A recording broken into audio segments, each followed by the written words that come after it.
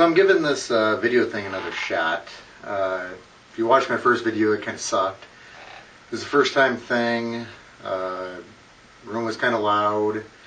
I am no professional whatsoever when it comes to this stuff, so I guess you'll have to bear with me on that video sucking, and if this one sucks, then I don't think it would mean I suck in general, but I'll learn as I continue to do these, if I continue to do them, if anybody cares to hear what I have to say. One of the, I was saying that I'd go in like a chronological type of order, and obviously the question I get in pretty much every interview that I do is how I had so many fights, or why I had so many fights. And it definitely is like location. I began my career in Iowa, and Iowa just happened to be the hotbed of MMA at the during the late 90s. And most events were tournaments, so I had plenty of opportunities to fight. And if you're willing to fight, they weren't going to tell you no. And I did well, so and I'd have made a name for myself, so nobody was afraid to fight me. In fact, I actually began my career as a nobody. I didn't know anything. I knew how to fight, but I, didn't know much for techniques. And in fact, my first fight, I had no idea what the guard was, which any MMA fan actually knows what the guard is now. So, in 1998, I had a record of 36 wins, 5 losses, and 3 draws, which, that's just 1 year. And on top of that, I had several pancrase style matches, which is an open hand style where you kick, but you couldn't throw a close pitch punch, which I don't count those on my record, because if I can't punch you in the face, I feel like that not only takes away from some of my strengths, but there are plenty of guys who are great grapplers, great submission artists, but once it comes to getting punched in the face, all that goes out the window. But a lot of guys aren't afraid of getting slapped, so and yeah, I never felt a palm strike that hurt. I'm not getting hit by Boss Root here, I don't know. That year started out actually pretty bad. I fought in a tournament in Wisconsin, and I won the first round fight, and I had a tough round, or a tough fight in the first round against a fighter named Jim Theobald. It was Jim Theobald's first fight, but he went on to have, 40-some fights in his career and only lost 2 or 3 times. In the second round of the tournament, I fought a fighter named Jim Chiskowski, and he was just a wrestler. Looked like he enjoyed his steroids. Maybe he didn't, I don't know. That's defamation of this fellow's character, so whatever. I don't know. That was my opinion. I'm not saying it's fact. He was a wrestler. He accomplished nothing in his fighting career. And I just got caught in a headlock choke, claustrophobia set in, and I tapped. I then went on to win several tournaments before fighting Jeremy Horn in March of 1998. It was the second time that Jeremy and I fought. Jeremy was on the rise. He had, the year earlier had fought Dan Severn to a draw, and at that time Dan Severn was, one of the biggest names of the sport, easily top 5. And Jeremy actually, we were friends, and it was his hometown. He always felt our first fight was a fluke, that it went to a draw, and it probably was. I caught Jeremy in a guillotine choke, within like 15 seconds of the fight. And I don't know if he just said this or if I heard this or what, but I remember him saying something, had it been anybody else, he would have tapped, but he's not going to tap to me. So, and you can see the video. The video no longer exists. I saw a rough copy. I don't even know. And his face was like a shade of purple from this guillotine choke I had. The fight was held outside. It was raining. They pushed our fight back. Basically, it was a slip and slide. Other than that, the fight just consisted of me and Jeremy in the guard for 15 or 20 minutes. I can't remember the time of it. And there were no judges, so it was a draw. The second time we fought was a 20-minute time limit, and it was in Jeremy's hometown. It's in Council Bluffs, Iowa, near Omaha. And there same rules, no judges, so somebody had to win. And we went the distance. It was back and forth. Judges scored either way. Neither one of us definitely dominated the other. And shortly after that fight, Jeremy got a call to step in as the last round replacement and fought Frank Shamrock in the UFC and gave Shamrock a hell of a fight. And, at that time, Shamrock was the top fighter in the world. So it was a huge deal for Horn. And my second loss of 1998 came against Dan Severn. And it was a small show in Cedar Rapids, Iowa. Monty Cox was looking for somebody to fight Dan Severn, and I was more than willing to do it. Dan B. Severn, I wasn't trying to make a name. I just liked fighting the big name guys. I was giving up. Oh shoot! Dan Severn always said he weighed 260 pounds. I know. I was in the 190 range. Severn, who knows? He was huge. He wasn't 290, but he was a lot bigger than I was. And while, of course, I still didn't train properly, or even, I don't know what the hell I did back then. I definitely didn't train properly, and but I was still in great shape. I was 20 years old. I was hungry.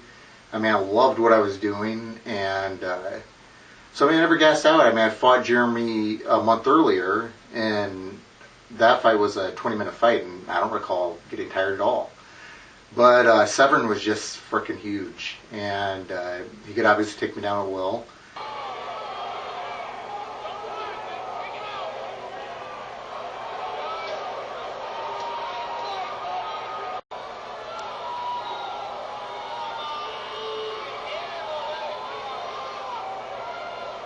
And it felt like a truck on top of me. And they stood us up about 10 minutes into the fight. And I was just insanely gassed. And he had an explosive double leg right in the mount, and he key locked me. And that's just it's not a submission you normally get caught in if you know what you're doing. But it freaking hurt. He got me, and even from the mounted position. But Severn kicked my ass. It was a setback because at that point I didn't think I was awesome, but Jeremy did so well against him. I just really thought I'd do better than I did. It was a month later. I fought in Montreal at the International Fighting Championships, which the IFC was a big event at that time. And the event consisted of some strange rules. It was in Montreal, and I don't even know why we even agreed to this, but me and two of my buddies just drove up there, which Montreal from Iowa, that was like 20 some hours. And we got caught up at the border and had to pay to even go to Canada. It was crazy. The rules of this fight were, it was only a second sanctioned fight in Canada. And the rules were, you couldn't strike on the ground unless it was like in a defensive manner, which who knows what the hell that means. I'd fought for the IFC a year earlier. They liked me. I scored a really big knockout and actually broke the event's knockout record. I knocked a guy out in the first round of the tournament.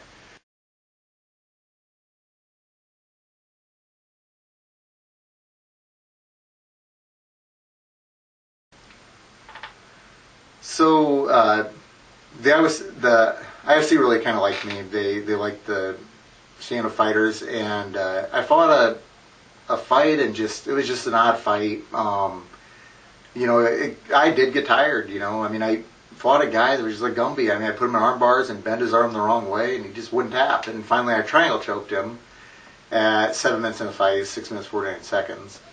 And then my opponent in the finals opted. He said he was hurt, and so I didn't fight in the finals. Then I fought all kinds of events, but my next loss of 1998 came in a tournament held in Cleveland in July of 98. and I fought. I won the first round really easy. Had a tough fight in the second round, and I fought a fighter named Brian Gasaway. Yeah, Gasaway. That's what it was. Fought a fighter named Brian Gasaway in the finals, and Gasaway was. He had another brother named Wes who was like a. I don't know. They were both like they're tough guys. I don't know how to describe him to today's fans, but an MMA fan would know who Brian Gasaway or his brother Wes were. And nobody had an easy round in the finals. I had an easy first round fight, but he kind of had an easy one. Both had tough second round fights, and in the finals we went the distance. And I lost the decision. I feel I lost it. I just had trouble with him, and he caught me with a good shot at some point in that fight. And I remember that, I really do believe I probably had a concussion. I had issues afterwards, but that wasn't going to stop me. And on top of it, I'd been suffering from pretty bad cauliflower ear during 1998. I don't know, just grappling a lot and fighting so much that the ear didn't have time to heal. Then I got one of my first, step-up fights. I was all happy, I got to fight in Canada and, left the country and everything. But there was an event in Hawaii called Super Brawl, which was a, recognized event in MMA at the time. And I was basically called in to be a victim. I was asked to fight a guy named David Palaway, Kavika Palaway, I don't know what the hell his name was. And he was undefeated. He was 15-0. He was a Hawaiian guy, and I was essentially brought in. They thought he'd win, but it'd be a good fight. And I won. And I caught him in a triangle and then transitioned to an arm bar and tapped him out a minute and 57 into the fight. And the event was sold out. There was like 5,000 people there, and the promoter tried to interview me after the event, but the crowd was so loud and unruly. You couldn't even hear me over the microphone. So we cut the interview short.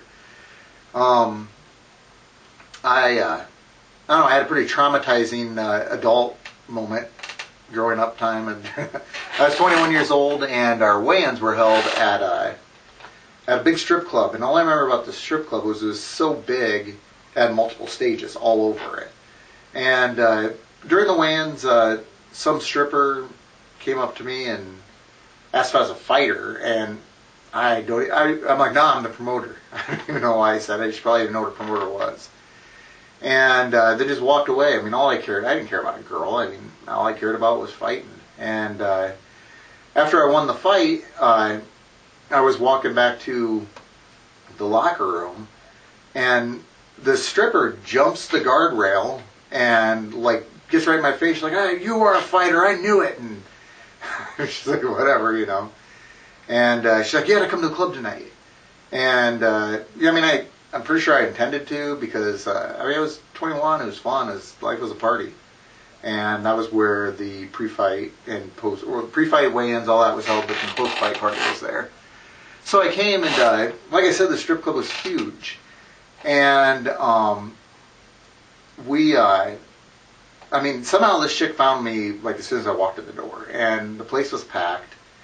And I don't know, she wanted me. I don't remember how long I hung out with her for. And another fighter who fought that night, it was the first time I met him, and I fought on plenty of events with him after that.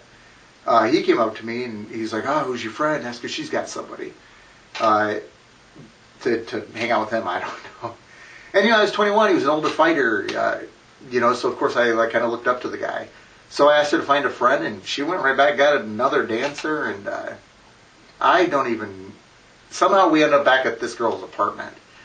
And they sat me and the other fighter down on a couch and just start doing some stuff. I'm not going to go into too much detail on what they were doing, but as a 21-year-old, I'd never seen this stuff live. I'd seen videos, of course.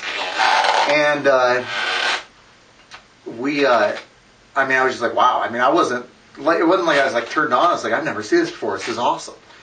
Then I felt something bump in my arm, and it's kind of one of those moments where I'm looking at what's going on before I look at this. I didn't look at him, I looked at that. And I will never get that image out of my mind. He was just sitting there jerking it and bumping me. And it's just burned into my memory forever. And I said, I got to get out of here. And she stopped me and like showed me some portfolio with her and porn actresses. And ironically enough, I went back home and those times people rented pornos. And one of my buddies rented one. And she was in it. That sounds like a lie, but she was in it. So I mean, it was a big win. I don't know why I got to tell you about porno, but whatever. It was funny. And then I fought a big event in Indiana. And I fought a local jiu-jitsu instructor from Brazil. You know, they thought he was a tough guy. I'm not going to say what tough, obviously. But the fight, it was just one 30-minute round. And, I had really bad claw fire. At one point, my ear, like, kind of exploded during the fight. But, I mean, I felt like I won the fight. And the judges gave him the win. And after, I didn't understand how he won. I felt that I dominated it. And afterwards, I was downstairs in the locker room, and the locker room was a bathroom. So, I mean, people in the crowd were down there. And somebody was talking to me about the fight, and I was saying how I dropped him a couple times with punches, and they were like, "You dropped him?" No, he was jumping to the guard. I'm like, "No, he wasn't." And I don't know. He's like, "Well, man, I'd have voted differently then." I'm like, "Oh," well, he's like, "Oh, I was one of the judges." And it turned out the judges there were 3 judges, they were all his students, so it was going to be a tough one to win anyways. And there were no commissions at this time, so that might seem odd to today's fans, but at that time, that wasn't uncommon. And, afterwards, Jeremy Horn, like I said, we were good friends, he cornered me for the fight. And he's like, "Man, when you got dropped, I was worried for a second." And I was like, "What are you talking about, I got dropped?" And I'm like, "I dropped him." He's like, "No, he dropped you." And I'm like, "What?" He's like, "A kick?" And I was like, "What are you talking about?" And yeah, probably about 15 seconds of the fight, I got dropped really, really hard with a left leg roundhouse. And in those days, he'd do a lot, and he ran up and soccer kicked me in the face after he dropped me. And then I caught the kick and took him down, and I felt I dominated the fight from there. But I really clearly got rocked. I have no memory of getting dropped whatsoever, and then went on to fight for another 29 and a half minutes after that. In 1998 alone, I hooked up with a lot of organizations, and I mean, I've got to imagine I was pretty easy to deal with, and that's why a lot of these promoters liked me. And the IFC, really, really liked me, and, I remember they had a lot of events, that were going to happen, and they didn't happen. And at some point during that year, I think it was early in the year, actually, they even flew me to Tennessee. It was going to be the first ever sanctioned MMA event in Tennessee, and the Athletic Commission shut it down. There was just a lot of big fights that were supposed to happen that didn't happen. I had a lot of fun that year. My first big fight overseas was October of 1998. I did a pancrase match with a fighter named Minowa, and it was for the pancrase organization out of Tokyo. And Minowa was like one of they called him his young boys. He's a tough fighter. I mean, he's somebody you could look up. I mean, he's fought a lot of legit people, beat a lot of legit people. I went there with a fighter named Jason Godsey. Godsey did really well for pancrase. He beat Yuki Kondo, who was the pancration champion, king of pancrase, or whatever the hell they called it at the time. And the fight was scored a draw. It was a 110-minute round, 3-minute overtime. Godsey believed I won the match. I don't know. I probably did. There were no judges, so who the hell cares? Maybe there was. I don't know if there were judges. Maybe they judged it a draw. Then I ended up flying to Brazil, and I spoke about that in my first video. I fought when I first got to Brazil. I fought a fighter named Sukata. His name was Mario Nato. He fought in the UFC, I believe, too. Or also, not UFC too, but he fought in the UFC. I got rear choked in 13 minutes. He's a tough guy. He beat Gary Goodrich, who was a big name fighter at the time. believe he might have went the distance with Kevin Randleman. Lost a decision to Severn, I think. I mean, he's a tough dude. And I got caught in a rear choke, like I said, around 13 minutes. And then we stayed down there for a couple of weeks, and then I fought and won a tournament again, and then flew to Utah, and that's where I slammed the taekwondo kid on his head. And I ended up, like, wrapping up the year 1998. I fought a fighter named George Allen in Atlanta. I fought George in a tournament held in Minnesota in June of that same year. It was an IFC event, and I mean, it's just weird. We brought a bunch of guys from my hometown area up to fight, and they matched it all together there. And I was put in the same tournament with a guy that I trained with named Mark Jakewith. And I mean, you wouldn't know his name. Mark didn't accomplish a lot in his fighting career, but he was a tough guy. And that's what we said. What if we win? We got to fight in the finals. And they told us, like, well, if that happens, just do a grappling match. And Mark was all for that because in the gym, Mark kicked my ass. I mean, he beat me in grappling all the time. So, I wasn't too for that, or in favor of that. But in the first round, I fought a fighter named George Allen, and I knocking him out. Got his back and threw a bunch of elbows and knocked him out. And advanced to the finals. And Mark fought a fighter out of somewhere in the Northwest. He was a member of the Raw wrestling team. Who, Raw wrestling, they produced Randy Couture. I mean, they were a tough team at the time. I don't even know if they're still in existence anymore. And he beat Mark. Mark was trying for an armbar, and he stomped on his face, which was legal. And Mark tapped. So, I mean, I wasn't afraid of anybody, but I remember kind of thinking, like, I'm going to pull out. I mean, I had a tough first round fight, and I was like, I'm kind of hurt. And I decided not to, and I went in there and just beat the shit out of that guy. So, it just shows, I mean, it's a mental thing, there's gym fighters and there's game day fighters, and I always was a game day fighter. And Mark most likely just got caught with a stomp. I mean, I don't know, I've been kicked in the face, shit sucks. So this was a rematch of that fight, and with the George Allen fighter from Atlanta, and it was in Atlanta.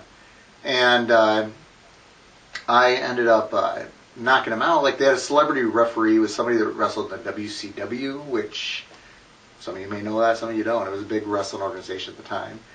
And I knocked him out the exact same way that I knocked him out the first time. Got his back, threw a bunch of elbows, and knocked him out.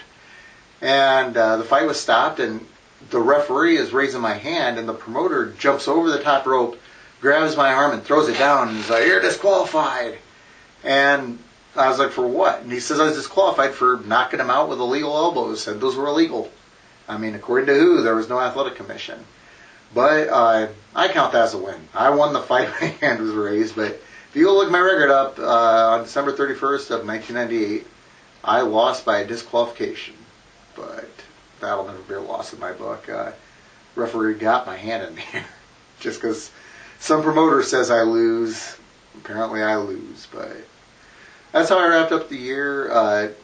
1998 was an amazing year for me. It was, I feel, my best year of my career, which sucks considering I still fight, and that was 22 years ago. But, I mean, my goal was to get in the UFC, and I would end up getting to the UFC in 1999, and, it was just, the road there was a lot more fun than the road afterwards. But it was a good year, and, just a lot of growing up I did that year.